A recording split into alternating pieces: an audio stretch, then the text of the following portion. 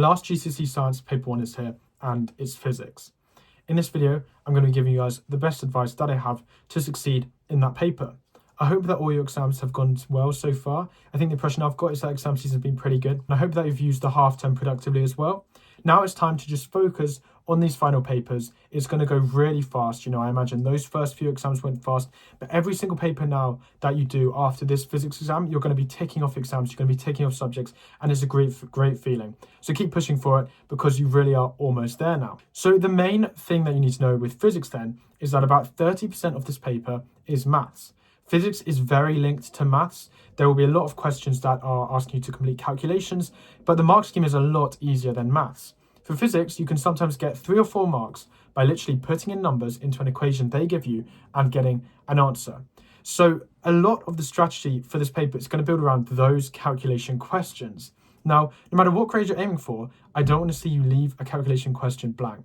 Even if you just pick an equation and you plug some numbers in and hope that's right, that's going to be good. Now, they're not just going to give you everything easily. There are going to be a lot of easy calculation papers in that question, right? Where you just put in 2 values and you get the output, but there's going to involve some mathematical skill. Sometimes you'll have to work backwards from an equation. Maybe they'll give you the answer and one of the inputs, and you need to work out by dividing, you need to get the other one of the inputs, okay? So just make sure you've got some good substitution skills for the equations. Now, one of the best things you can be doing is literally just practicing physics, maths questions. Try and get familiar with each of the equations because some of them are a little different than others. They have different operations, they work differently, some are nice and easy. So go through, you could put your equation sheet into AI or something, ask it to come up with 5 questions per one for the first half, which is paper 1, obviously. So something like that will be really useful, but you just want to make sure you're very familiar with those mathematical questions. Look through past papers, do only the maths ones. That'll be really helpful. If you're aiming for the highest grades, there are hard maths questions. So the hardest physics questions, I'll try and find one and put it up there. But an example of like a hard maths question is when they put 2 together and you have to work out one and then put it into another one and that gets you the answer. So there are still hard ones, and that's what if you're aiming for really high grade, you really want to find the hardest equation questions. But the core of this kind of exam is going to come from those equations. I recognize that. And it started to click for me when I realized that and started putting effort into those equations because that's going to be a lot of your marks. Now, along these lines, units are really important. You do need to know the units for physics, right? So, for example, mass is measured in kilograms across physics, and that's quite common. There's a lot of common like standard units for measurements, unless they tell you differently in the question. So a quick thing you can do here is go through the equation sheet, see if you can work out or remember the units for each of those, like each of the units and each of the factors in the question for the equations. So go through, think, okay, right, weight, newtons, that type of thing. That'll be really helpful just to make sure that you're fresh in terms of that. But bear in mind, they often try and throw you off a little bit in the actual exam. So for example, questions commonly have kilowatts and the answer is in watts or something like that. And so if you forget to convert kilowatts into watts, then you could miss that final mark. So keep an eye on the like kilowatts or something like that, kilometers in the question, because sometimes they put that in and doing an extra conversion will get you that next mark, which is quite important as well. So I'll put an example of that there as well. Now, one of the nice things about physics as well is lots of it there is a fair amount of common sense. It's more natural to think about, in my view, than chemistry, for example. So one thing that really helped me is just really visualizing a question, really trying to think about it.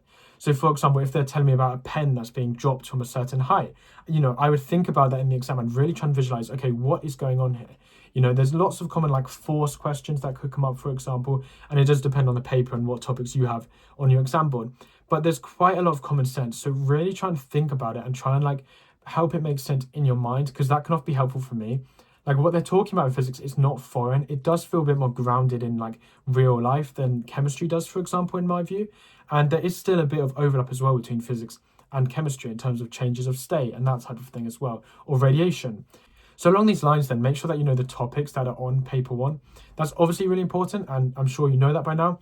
But one thing you need to be doing is thinking about what are the hardest topics for you. Now, while physics is in some parts very easy in my view, because there's a lot of maths that you just put into these equations, it had for me some of the hardest topics to understand. So I hated electricity. That is probably my single least favorite GCSE topic. I don't know why, I just couldn't wrap my head around it at all. And so if you are like me and you have some topics in physics that you just don't get, okay, magnetism, electricity, whatever it is, then take some time to try and understand that.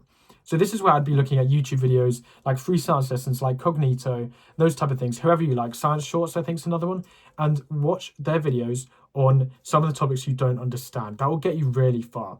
Don't just like neglect it. Don't just do maths if you're forgetting huge amounts of content. Because while 30% roughly is maths, you know, if you really want the 9, if you really want the high grades, then there's still quite a lot of content that you're going to want to know about as well. So pick your weaknesses, especially with the limited time that you have left, and you'll be surprised with how much you can learn in that time as well. So alongside that advice, then there's obviously the advice that I give with every science paper, which is learn the practicals, right? That's going to be an easy amount of marks that's going to come up for physics. So just make sure you know the practicals. Again, for physics, you can often kind of visualize that more naturally than like, I don't know, a titration in chemistry. It's a bit more easy to understand in my view. So learn the practicals and then do loads of questions, right? Just doing loads of questions. If you're really pushing for that 9 or any grade really, for me, what really helped was just doing lots of questions. I got really familiar with the type of questions that they ask you in physics because they are a little bit different from chemistry and biology, and I practiced them loads and I got good at them. So that's what I'd really recommend. And yeah, I hope you find this video helpful. Make sure to leave a like, and also comment what is going well for you this exam season, what can I help you with as well, and I'll try and do a video on that. But yeah, well done guys, you've got this, you're almost there now. This paper is going to go well, and I'll see you in the next video.